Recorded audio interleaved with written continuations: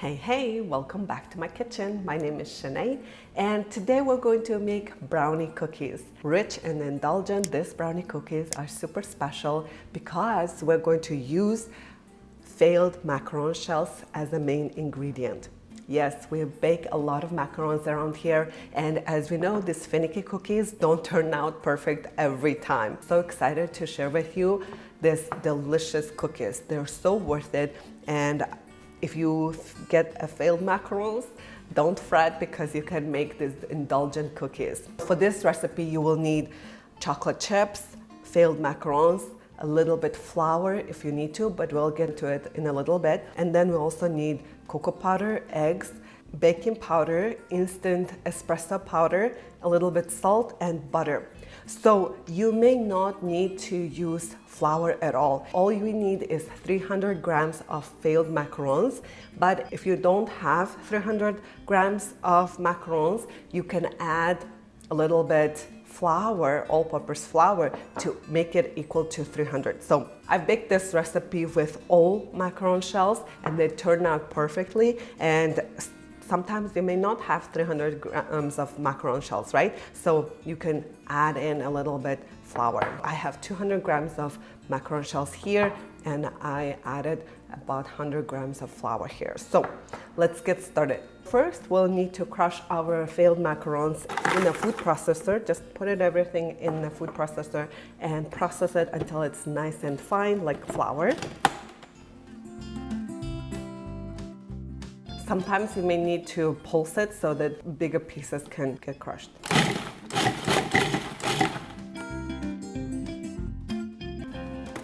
So my macarons are completely crushed.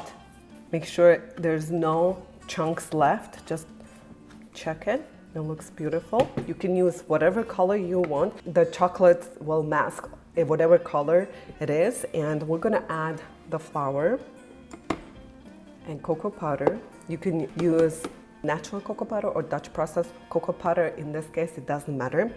The Dutch cocoa powder will add richness and darker color. Today I'm using natural cocoa powder.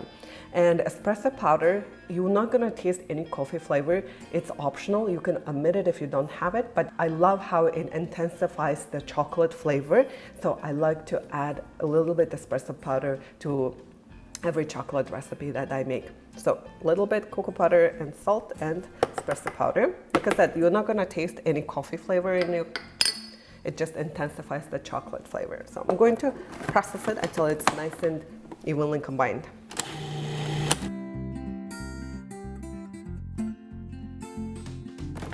Perfect. Our flour and sugar is basically ready. Our dry ingredients is ready. And now I'm going to microwave this chocolate chips until nice and smooth. And I've shared a quick shorts video earlier this week how to melt chocolate in a microwave without burning. So check it out. I'll link it up here, and I'll be right back with melted chocolate. So now we're going to whip butter with paddle attachment until nice and fluffy. And meanwhile, we'll go ahead and break these eggs.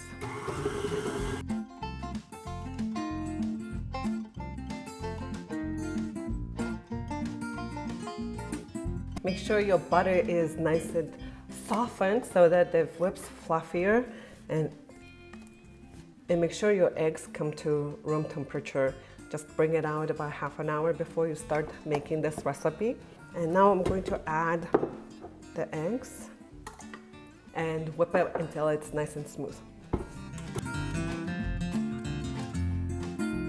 It won't be perfectly smooth, but just whisk it together. And this is why it's very important to have everything at the same temperature. If you would add cold eggs into the butter will harden up and it will get really weird and chunky. But if you have both of them at the room temperature, they should come together pretty easily. Okay, once the mixture is mostly smooth, we'll add our melted chocolate. And now it's very important not to add hot chocolate. This is melted chocolate. It has been standing here for a few minutes and had cooled down, but it's still nice and soft. So I'm going to add that into the mixture. you add hot chocolate into the egg mixture, it will cook the eggs and you'll get scrambled eggs in your cookies. All right, and mix it until it's nice and combined. Looking beautiful. Just scrape the sides of the bowl. Now we'll add our dry ingredients and mix it until it's combined.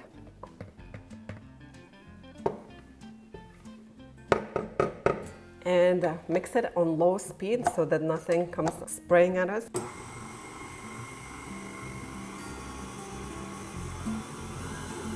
And slowly increase the speed. And then we don't want to mix it for too long, just a little bit. This should do. So the batter looks like this. Soft. Very soft. Now, the important part is we're going to chill it in the fridge for about 20 to 30 minutes.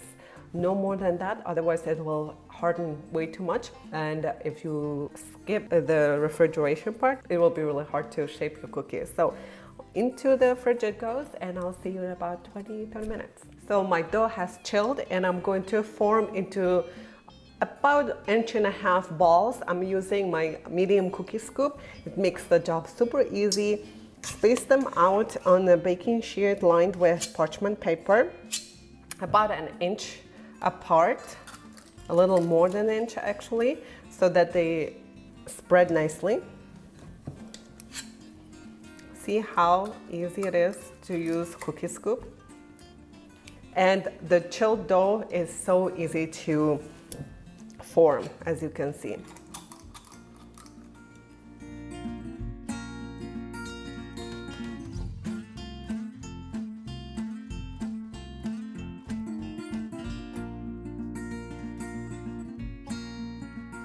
So I'm going to put in the oven at 350 degrees for about 13-15 minutes until they're nice and set on the edges and still a little soft in the middle. As you can see, when you chill the dough, they look super nice, and you don't need to flatten it because it flattens in the oven. If you don't chill your dough and you just scoop out the soft dough, they will spread out way too much. Don't ask me how I know this. I will show you when they come out. So my cookies just came out of the oven. They're still pretty hot. And I like to, this is optional, but I like to sprinkle a little bit salt. Chunky Maldon salt is my favorite finishing salt. I like to sprinkle it. It just really gives a nice contrast with sweet and salty. Again, it's optional. If you don't want it, that's totally fine. Let the cookies rest on the baking sheet for about 5 minutes and then transfer them onto a cooling rack to cool completely.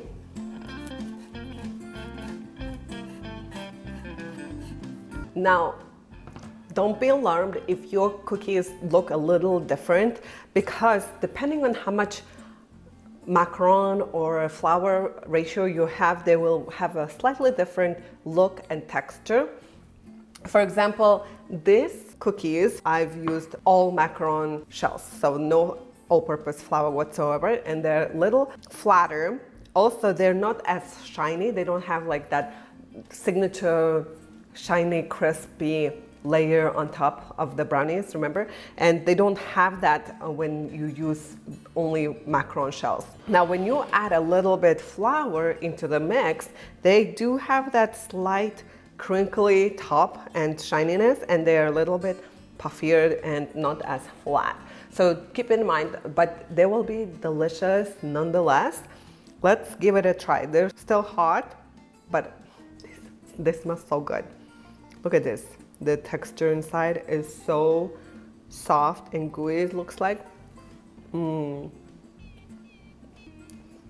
Tell me in the comments if you're a brownie edge person or the gooey inside person, because with each cookie you will get both of it, and more edges better, I feel like, in my opinion. And this is so rich and so good.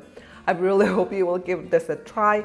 And like I said, texture will vary slightly depending on how much macaron shells and flour you use, but either way, it's just so good. And if you have any questions, let me know in the comments below. Have a great day. Bye.